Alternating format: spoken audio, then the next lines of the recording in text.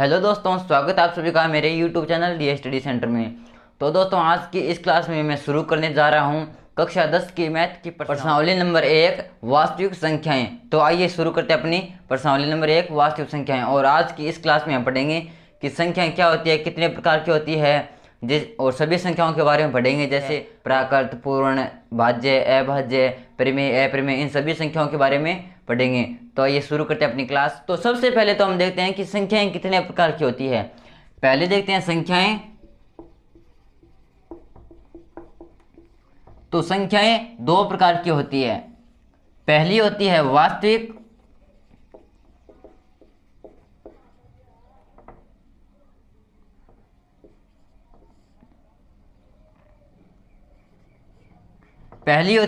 संख्याएं, और दूसरी होती है काल्पनिक संख्याएं। दूसरी होती है काल्पनिक, या इन्हें हम बोल सकते हैं अवास्तविक संख्याएं। अवास्तविक संख्याएं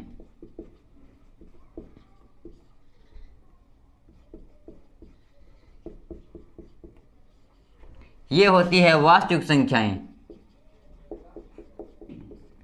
तो इस प्रकार संख्याएं दो प्रकार की होती हैं। पहली होती है वास्तविक संख्याएं और दूसरी होती है काल्पनिक संख्याएं। तो सबसे पहले तो बात करते हैं काल्पनिक संख्याएं कौन सी होती है। कि रूट के अंदर या वर्गमूल के अंदर सभी माइनस वाली संख्याएं काल्पनिक संख्याएं होती है। तो इसमें लिखेंगे कि रूट या वर्गमूल। रूट या वर्गमूल क्या होता है, जिसका ये होता है √2, तो इसे हम कहते हैं रूट या वर्गमूल।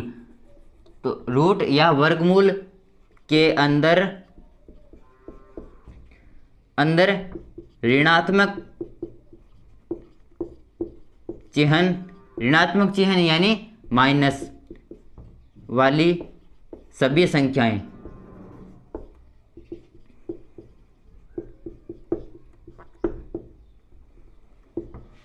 तो इसका रूट या वर्गमूल के अंदर जितनी भी ऋणात्मक या माइनस चिन्ह वाली संख्याएं आती है उन्हें हम कहते हैं वास्तविक या काल्पनिक। अर्थात वे संख्याएं केवल और केवल कल्पना से हम मान सकते हैं कि जिस प्रकार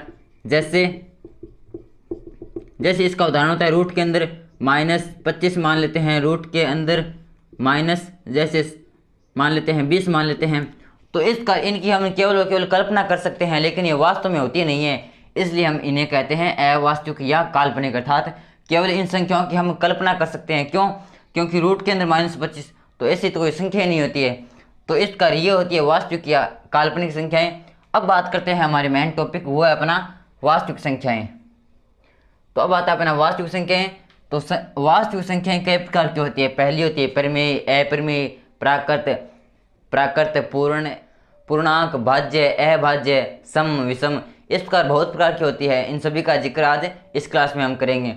तो सबसे पहले तो बात करते हैं हम वास्तविक संख्याओं में। पहली बात करते हैं हम प्राकृत की। तो प्राकृत संख्या कौन सी होती है कि 1 से लेकर अनंत तक सभी धनात्मक चिन्ह वाली सभी संख्याएं, इन्हें हम कहते हैं प्राकृत संख्याएं। तो प्राकृत संख्याएं होती है 1 से लेकर अनंत तक सभी धनात्मक चिन्ह वाली संख्याएं।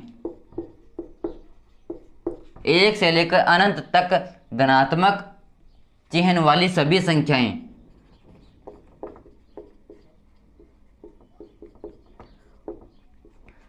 जैसे 1, 2, 3 इस प्रकार लेकर अनंत तक सभी संख्याएं, इन्हें हम कहते हैं प्राकृत संख्याएं। और इनमें केवल धनात्मक चिन्ह वाली संख्याएं शामिल है, ऋणात्मक चिन्ह वाली शामिल नहीं है। और इसमें दशमलव वाले शामिल भी नहीं है। जैसे 2.5, तो 2.5 प्राकृत संख्या नहीं है। इसमें केवल और केवल जैसे 1, 2, 3, 4, 5 ऐसे जो पूर्ण संख्या होती है वही पूर्णांक इसके अंदर शामिल है। तो इस प्रकार 1 से लेकर अनंत तक प्राकृत संख्याएं हैं। अब दूसरी आती है हमारी पूर्ण संख्याएं। दूसरी आती है पूर्ण संख्याएं।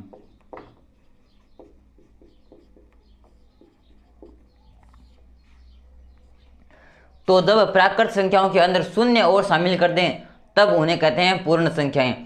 क्योंकि जब शून्य शामिल कर देंगे तो हमारी संख्याएं कंप्लीट हो जाएगी, यानी पूर्ण हो जाएगी। क्यों? क्योंकि शून्य के बिना तो सभी संख्याएं अधूरी है। जैसे हम लिखते हैं 10, तो अगर शून्य नहीं होता तो हम 10 कहाँ से लिखते।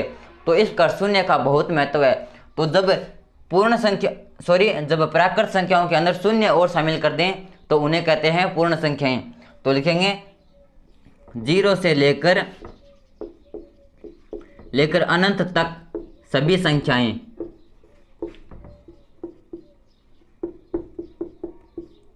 जीरो से लेकर अनंत तक सभी संख्याएं पूर्ण संख्याएं होती है। जैसे 0, 1, 2, 3, 4 डैश डैश डैश इस प्रकार अनंत तक। तो इनमें भी दशमलव वाली संख्याएं शामिल नहीं है, अर्थात जैसे 5.6 तो 5.6 न तो प्राकृत है न पूर्ण है। प्राकृत संख्याएं होती है 1 से लेकर अनंत तक सभी संख्याएं, और इनमें केवल पूर्णांक आते हैं, जैसे 1, 2, 3, 4, 5 दशमलव वाले नहीं आते। इसी प्रकार जब प्राकृत के अंदर शून्य और शामिल कर दें तो उन्हें कहते हैं पूर्ण संख्याएं। अब आती है हमारी तीसरी, वो है हमारी परिमेय संख्याएं। पूर्णांक ले लेते हैं, पूर्णांक संख्याएं। तो पूर्णांक संख्या, अब यहाँ पर हमने देखा कि इनमें भी माइनस वाली संख्याएं शामिल नहीं है, इनमें भी माइनस वाली संख्याएं शामिल नहीं है, तो हमें माइनस का भी उपयोग करना पड़ता है। तो हम वो संख्याएं कहाँ से लाएं, तब खोज हुई पूर्णांक संख्याओं की। तो पूर्णांक संख्या होती है कि 0 से लेकर प्लस माइनस दोनों में अनंत तक सभी संख्याएं। तो इस प्रकार पूर्णांक के अंदर प्राकृत भी आ जाएगी, पूर्ण भी आ जाएगी और माइनस वाली संख्याएं भी आ जाएगी। तो लिखेंगे 0 से लेकर प्लस माइनस में 0 से लेकर प्लस व माइनस में सभी, प्लस माइनस में अनंत तक सभी संख्याएं, अनंत तक सभी संख्याएं।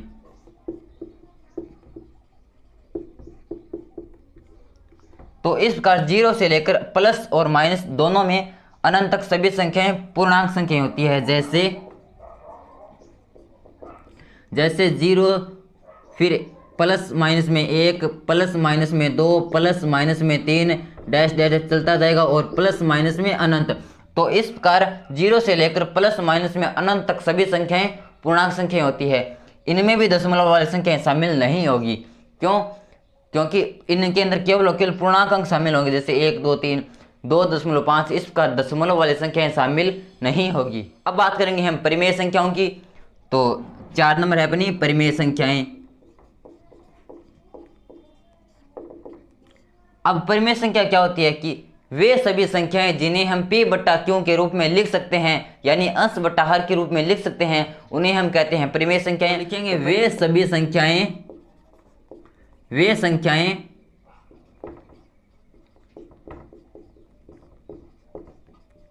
जिन्हें हम p बट्टा q के रूप में लिख सकते हैं,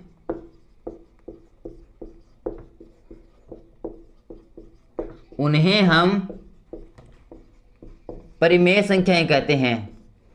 परिमेय संख्याएं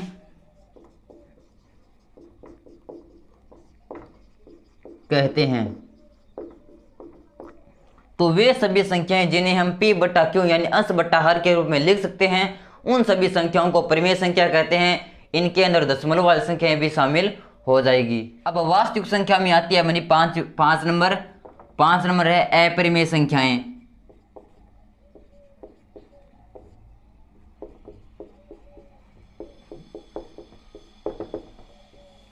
तो अपरिमेय संख्या कौन सी होती है? वे संख्याएं जिन्हें हम p बट्टा q के रूप में नहीं लिख सकते हैं, उन्हें हम कहते हैं अपरिमेय संख्याएं। तो लिखेंगे वे संख्याएं जिन्हें हम p बट्टा q यानी अंश बट्टा हर के रूप में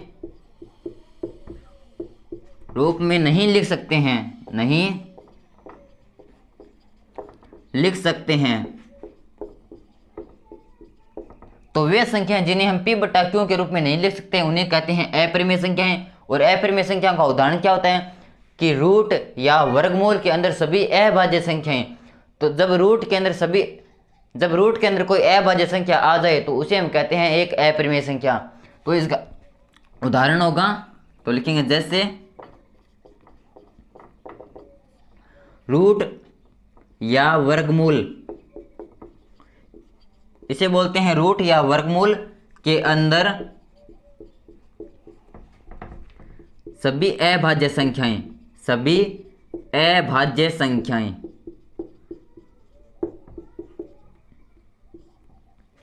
तो अभाज्य संख्याएं उनका भी अब जिक्र करेंगे। तो जैसे रूट के अंदर अभाज्य संख्या ले लेते हैं हम, जैसे 3 ले लेते हैं, तो रूट के अंदर 3 यह एक अपरिमेय संख्या है। इसी प्रकार रूट के अंदर 7 यह भी एक अपरिमेय संख्या है। इसी प्रकार रूट के अंदर 11 यह भी एक अपरिमेय संख्या है। तो इसका मैं कहने का मतलब है कि जब रूट के अंदर कोई भी अभाज्य संख्या आ जाए तो वह होती है एक अपरिमेय संख्या। तो इस कार्य आदि अर्थात ये चलते जाएंगे। तो इस प्रकार ये उदाहरण अपरिमेय संख्या की। अब हम बात करेंगे भाज्य संख्या और अभाज्य संख्या की। तो 6 नंबर आती है हमारी भाज्य संख्याएं।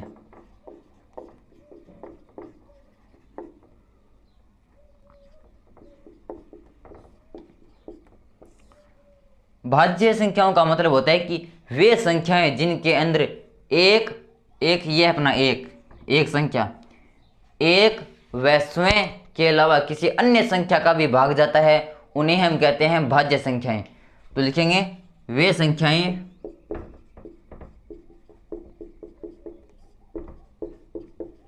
जिनमें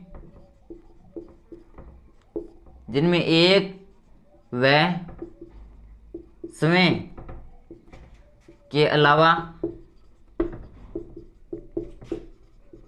किसी अन्य संख्या का भी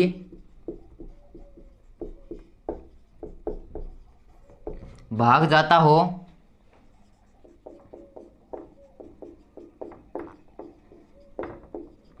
उन्हें भाज्य संख्याएं कहते हैं।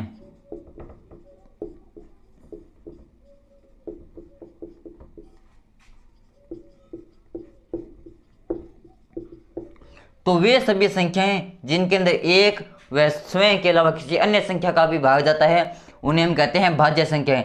जिसका मान लेते हैं 4, तो 4 के अंदर 1 का भी भाग जाता है, 4 का भी भाग जाता है, इसके अलावा 2 का भी भाग जाता है, तो 4 एक भाज्य संख्या है। इसी प्रकार उदाहरण लेंगे हम 6, तो 6 के अंदर 1 का भी भाग जाता है, खुद का यानी 6 का भी जाता है, इसके अलावा 3 का भी जाता है, 2 का भी जाता है, तो 6 भी एक भाज्य संख्या है।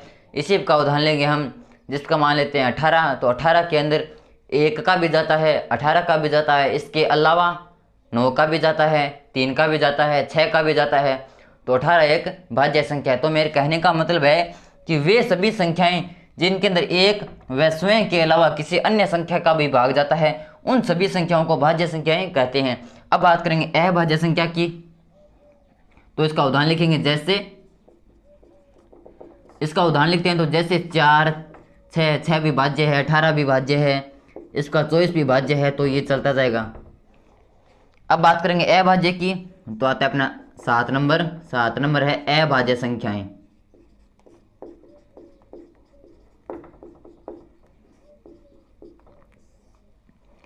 अब भाज्य संख्याएं वे होती है जिनके अंदर एक व स्वयं के अलावा अन्य संख्या के भाग जाता है, लेकिन अभाज्य संख्याएं वे संख्याएं होती है जिनके अंदर एक व स्वयं के अलावा किसी अन्य संख्या का भाग नहीं जाता। जैसे 3, तो 3 के अंदर 1 का भाग जाता है और स्वयं का यानी 3 का जाता है, इसके अलावा किसी अन्य संख्या का भाग नहीं जाता है।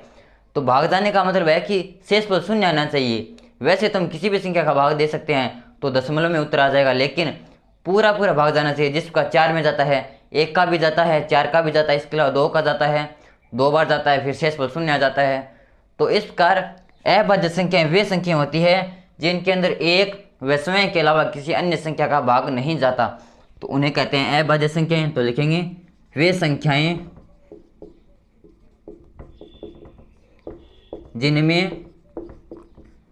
जिनमें एक व स्वयं के अलावा किसी अन्य संख्या का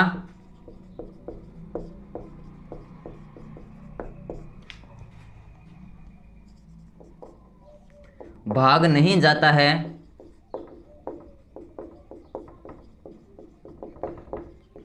उन्हें अभाज्य संख्याएं कहते हैं, अभाज्य संख्याएं कहते हैं।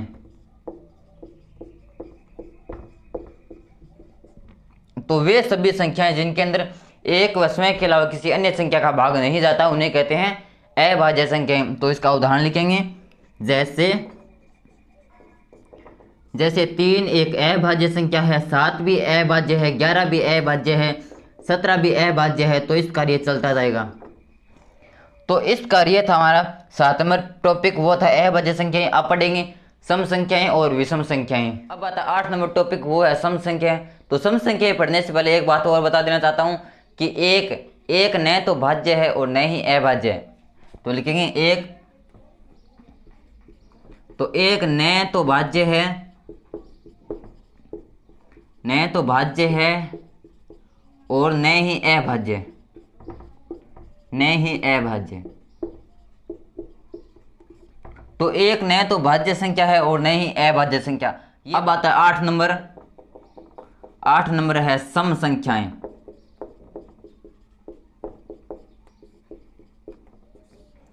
तो वे संख्याएं जिनके अंदर 2 का भाग पूरा पूरा जाता है उन्हें कहते हैं सम संख्याएं। पूरा पूरा जाने का मतलब है कि 2 का भाग जाने के पश्चात शेषफल अंत में शून्य आना चाहिए। तो लिखेंगे वे संख्याएं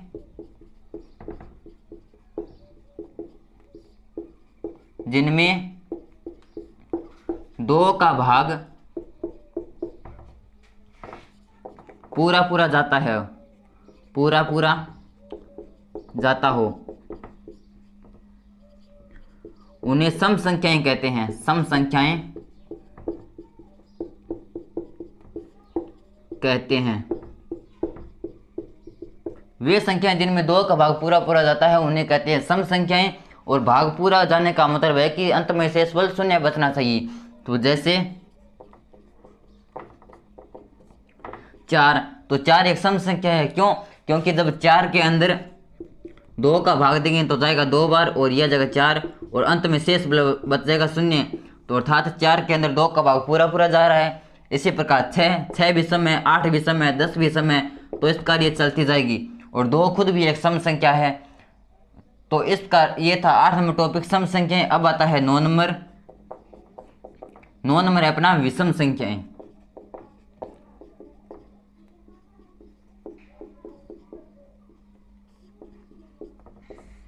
विषम संख्याएं, तो वे सभी संख्याएं जिनके अंदर 2 का भाग पूरा पूरा नहीं जाता है उन्हें कहते हैं विषम संख्याएं।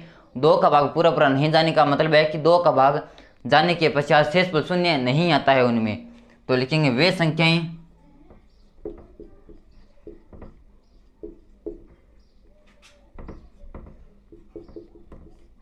जिनमें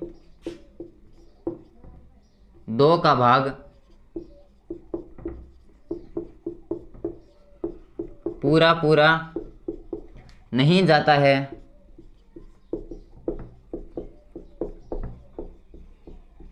उन्हें विषम संख्याएं कहते हैं। उन्हें विषम संख्याएं कहते हैं। तो वे संख्याएं जिनमें 2 का भाग पूरा नहीं जाता है उन्हें कहते हैं विषम संख्याएं। उदाहरण लिखेंगे तो जैसे 3 एक विषम है, 5 भी एक विषम है, 7 भी एक विषम है। क्यों? क्योंकि जब 3 के अंदर 2 का भाग देंगे पूरा पूरा नहीं जाएगा अर्थात शेषफल शून्य नहीं बचेगा। इसी प्रकार 5 में 2 का भाग पूरा पूरा नहीं जाता। इसी प्रकार 7 में, इसी प्रकार 11 में, इसी प्रकार 13 में। तो इस प्रकार ये सभी संख्याएं चलती जाएगी। तो इस प्रकार ये था हमारा टॉपिक विषम संख्याएं। अब हम बात करते हैं कि 2, तो 2 एक सम संख्या तो है लेकिन एक अभाज्य संख्या भी है। अर्थात अभाज्य कैसी है कि हम जानते हैं कि अभाज्य संख्या कौन सी होती है जिसके अंदर एक व स्वयं के अलावा किसी अन्य संख्या का भाग नहीं जाता। तो 2 के अंदर 1 का भाग जाता है और 2 का भी जाता है, इसके अलावा अन्य किसी संख्या का भाग नहीं जाता।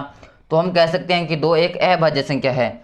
इसी प्रकार 2 सम भी है। तो हम लिखेंगे 2 एक सम अभाज्य संख्या है। 2, तो लिखेंगे 2 एक सम अभाज्य संख्या है।